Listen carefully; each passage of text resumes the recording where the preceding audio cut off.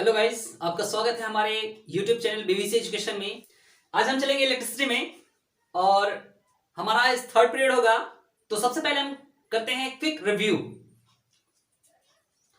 Previous class में हमने देखा था पोटेंशियल डिफरेंस और इलेक्ट्रिक पोटेंशियल के बारे में। ठीक है, आपको बता दे कि पोटेंशियल डिफरेंस को मेजर करने के लिए हम क्या यूज करते हैं, वोल्ट मीटर। ठीक है, तो अब देखेंगे हम लोग वोल्ट मीटर को हम कैसे कनेक्ट करते हैं। वोल्ट मीटर को हम कैसे कनेक्ट करते हैं, चलिए। आपको पता है कि हमारा इलेक्ट्रिक सर्किट होता है, ये हमारा एक बल्ब है। यहां पे हम एमीटर को कनेक्ट करते हैं।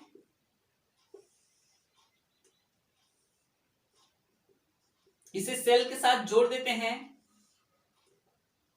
ये नेगेटिव टर्मिनल है, ये पॉजिटिव टर्मिनल है। आपको पता है कि वोल्ट मीटर को ऑलवेज पैरेलल कनेक्ट किया जाता है। पैरेलल मींस होता है समांतर क्रम में कनेक्ट किया जाता है। वोल्ट मीटर को हम लोग समांतर क्रम में कनेक्ट करते हैं और ए मीटर को याद रखिएगा, इसे हम सीरीज मतलब श्रेणी क्रम में कनेक्ट करते हैं। ठीक है, तो आपको यहां से आपको याद रखना हमेशा कि किसी भी सर्किट में, किसी भी परिपथ में वोल्ट मीटर को ऑलवेज हमेशा पैरेलल यानी कि समांतर क्रम में और एमीटर को हमेशा श्रेणी क्रम अर्थात सीरीज में कनेक्ट किया जाता है।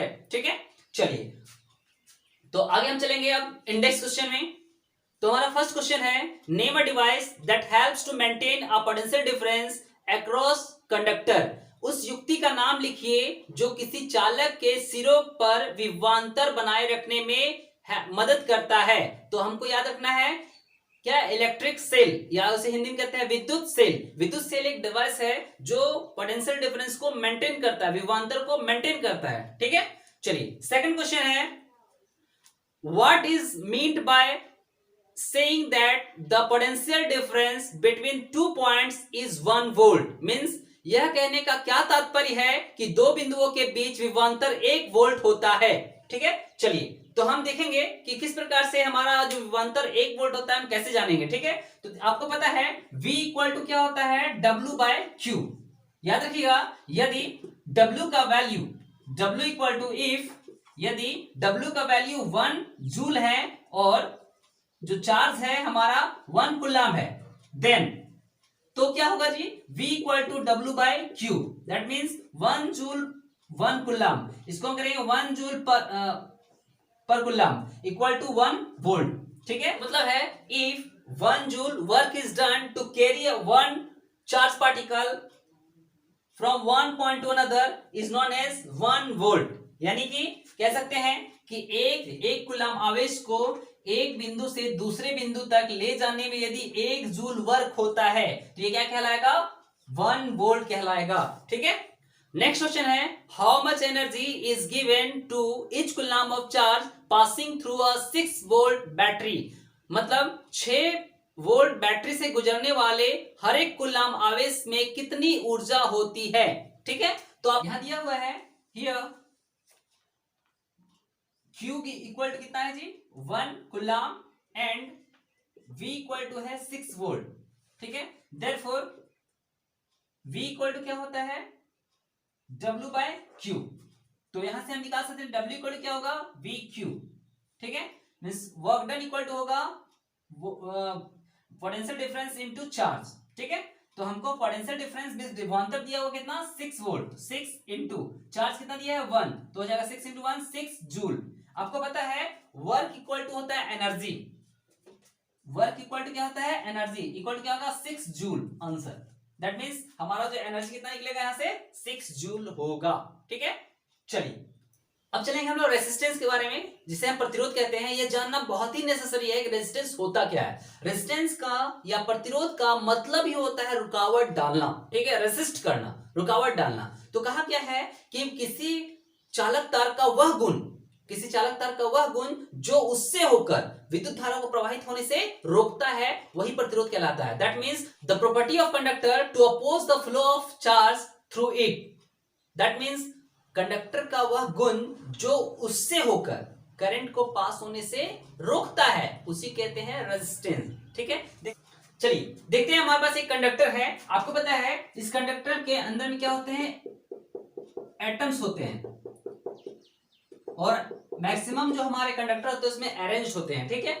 इससे होकर जब कोई इलेक्ट्रिक करंट, इलेक्ट्रॉन्स या इलेक्ट्रिक करंट फ्लो होता है तो ये क्या करता है, इलेक्ट्रॉन्स को पास होने से रोकता है या फिर इसको इधर उधर डाइवर्ट कर देता है, ठीक है, जिसके कारण इसको यहां से यहां तक पास होने में काफी कठिनाइयां महसूस होती है या फिर कठिनाइयों का सामना करना पड़ता है। ये क्या कर रहा है, इलेक्ट्रॉन्स को पास होने से क्या कर रहा है, रेसिस्ट कर रहा है, इसी कहते हैं रेजिस्टेंस। तो कहा गया है कि जितने मेटल्स होते हैं, ठीक है, उनमें से सबसे बेस्ट गुड मेटल कौन सा कहलाता है, आपको पता होगा, सिल्वर। अच्छा चालक किसे कहते हैं हम, चांदी को कहते हैं, क्योंकि वो अपोजिंग उसमें जो प्रॉपर्टी बहुत कम होती है, उसमें रुकावट डालने की जो गुण होती है बहुत कम होती है, ठीक है। तो अब आगे चलते हैं हम लोग ओम्स लॉ में, मींस ओम का नियम। ओम का नियम क्या होता है, according to Ohm's law potential difference is directly proportional to electric current. Means किसी भी सर्किट में जो भी हमारा विभवांतर होता है वो उसके विद्युत धारा के समानुपातिक होता है। That means V proportional to I, ठीक है, V प्रोपोर्शनल टू I। आपको ध्यान देना है कि जब भी हम V को इक्वल करते हैं I से, मींस पोटेंशियल डिफरेंस को इक्वल करना है, तो यहां एक हम कांस्टेंट टर्म बिठाते हैं, इसको बोलते हैं रेजिस्टेंस। क्या बिठाते हैं, रेजिस्टेंस, ठीक है, यानी कि V हो गया V इक्वल टू IR।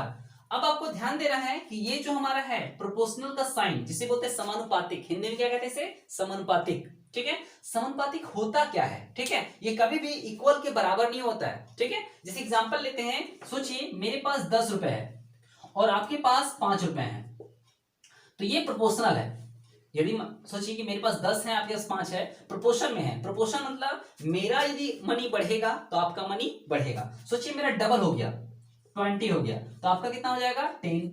यदि मेरा डबल हो गया, 40 हो गया, तो आपका कितना हो जाएगा, 20। आप हर बार देखेंगे कि डबल है, 5 का डबल 10, 10 का डबल 20, 20 का डबल 40। यदि हम चाहें तो इसको इक्वल कर सकते हैं। इक्वल करने के क्या करना पड़ेगा, तो 40 इक्वल टू 20 क्या हो सकता है, बिल्कुल नहीं। तो हम क्या करेंगे, यहां एक रेसिस्टेंस, सॉरी यहां एक कांस्टेंट टर्म देंगे, कोई भी कांस्टेंट टर्म दे सकते हैं, ए बी सी कुछ भी, ठीक है।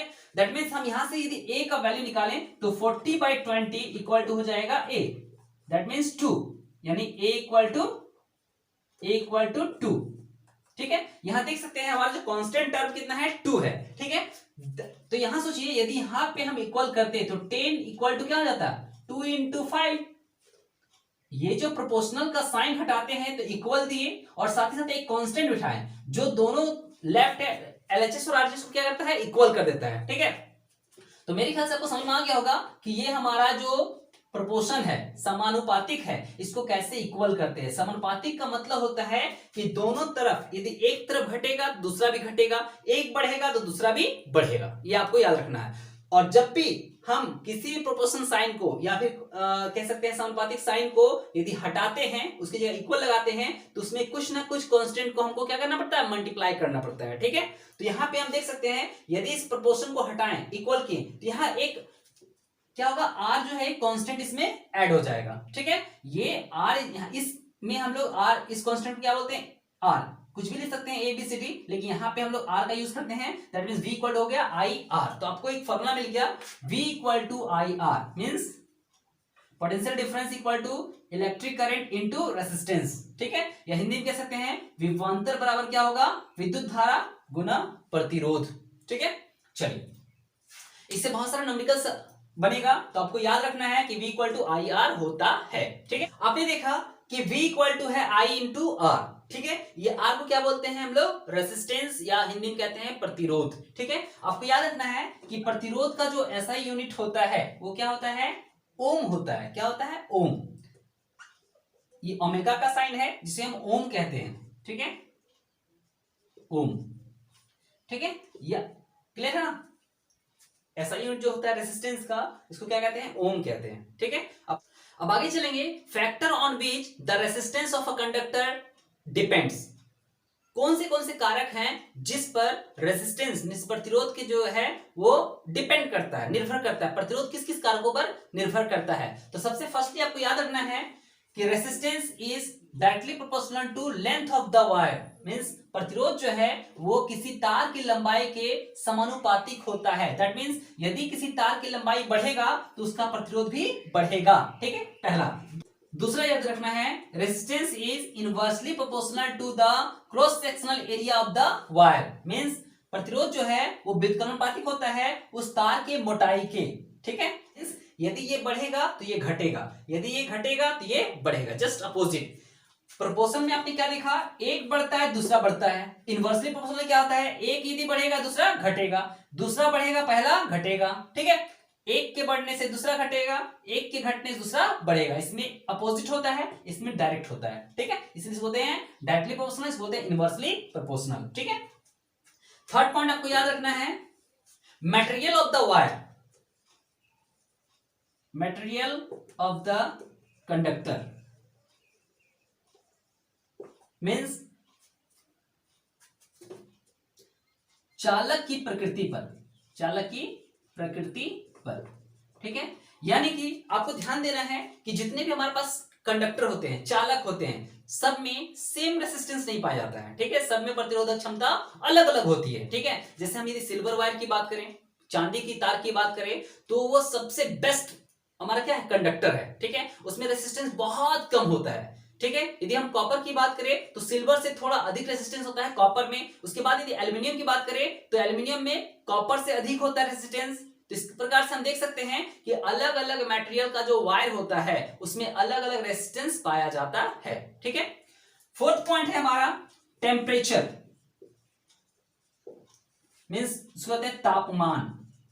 ठीक है, याद रखिएगा, यदि तापमान में वृद्धि कर दिया जाए, तापमान में वृद्धि कर दिया जाए तो हमारा जो कंडक्टर है उसका रेसिस्टेंस घट जाएगा, प्रतिरोध घट जाएगा, और तापमान में कमी करने से रेसिस्टेंस बढ़ जाता है। ठीक है, मींस यदि तापमान को बढ़ा दिया जाए, टेम्परेचर को बढ़ा दिया जाए तो रेसिस्टेंस कम हो जाएगा, और तापमान को घटा दिया जाए तो रेसिस्टेंस बढ़ जाएगा। ठीक है, तो ये आपको याद रखना है। तो इस प्रकार से अब यहां पे इसको इक्वेशन 1 करते हैं और इक्वेशन 2 करते हैं। ठीक है, equation 1 and 2। From equation 1 and 2 क्या हो जाएगा, R proportional to L by A, R proportional to L by A। तो यहां एक नया हमारे पास एक इक्वेशन आया, R proportional to L by A। फिर से हम क्या करते हैं, R इक्वल टू, अब हम प्रोपोर्शनल का साइन हटाते हैं, फिर से हमको क्या करना पड़ेगा, एक कांस्टेंट देना पड़ेगा। यहां पे एक कांस्टेंट लगेगा रो L बाय A। तो हमारे पास एक फॉर्मूला हो गया R equal to rho L by A। यहां आप जो देख रहे हैं रो, ये क्या है, रो है। रो इसे क्या कहते हैं, प्रतिरोधकता, इसको इंग्लिश में कहते हैं रेसिस्टिविटी। क्या कहते हैं इसे, रेसिस्टिविटी।